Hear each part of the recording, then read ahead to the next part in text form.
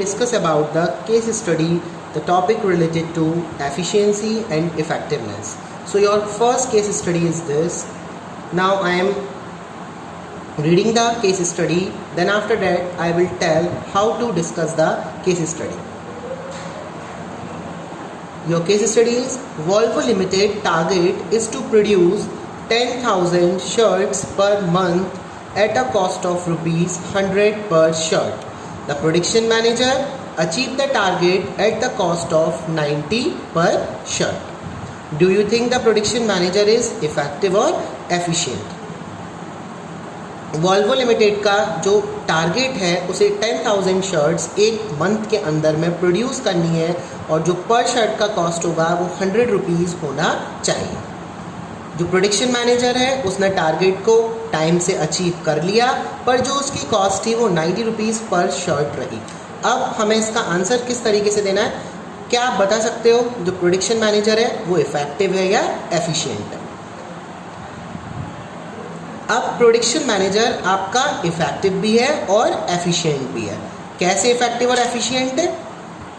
क्योंकि उसने अपने टारगेट को 10,000 शर्ट्स को 1 मंथ में प्रोड्यूस किया. इट मीन्स वो टाइम को कंसीडर करके चल रहा है, अपने टारगेट को कंप्लीट करके चल रहा है. इफेक्टिवनेस हमारी क्या बताती है कि हम अपने टारगेट को टाइम से कंप्लीट करके चल रहे हैं. अब उसका जो टारगेट था उसने 10,000 शर्ट्स विद इन मंथ में प्रोड्यूस करके दी. Second thing is this, why he is efficient. Efficient भी क्यों है? क्योंकि उसने जो कॉस्ट कंसीडर करी थी वो 100 रुपीज़ करी थी, पर जो कॉस्ट आ रही है वो हमारी कितनी आ रही है? 90 रुपीज़ पर शर्ट आ रही है. इट मीन्स वो यहाँ पे कॉस्ट बेनिफिट एनालिसिस भी कर रहा है.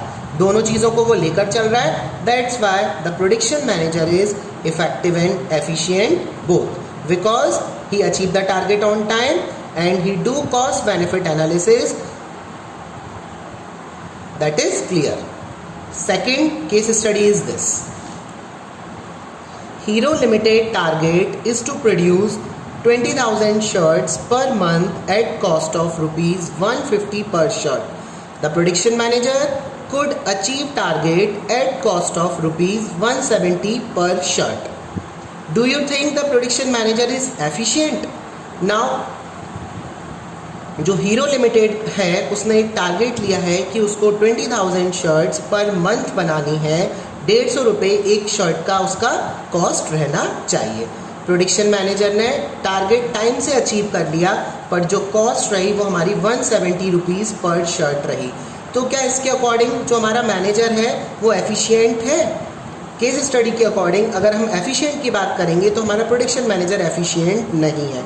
क्यों नहीं है? क्योंकि उसने जो शर्ट की कॉस्ट थी वो 150 रुपीज़ होनी चाहिए थी, उसने उस टारगेट को 170 रुपीज़ में अचीव किया है. तो हाई कॉस्ट पर वो अपने प्रोडक्शन टाइम से कंप्लीट कर रहा है. प्रोडक्शन तो टाइम से कंप्लीट हो रहा है, वो यहाँ पर इफेक्टिव है, पर वो एफिशिएंट नहीं है. अगर वो यही टारगेट 150 रुपये में कंप्लीट कर लेता या उससे कम रुपये में कंप्लीट करता तो वो यहाँ पर एफिशिएंट भी माना जाता.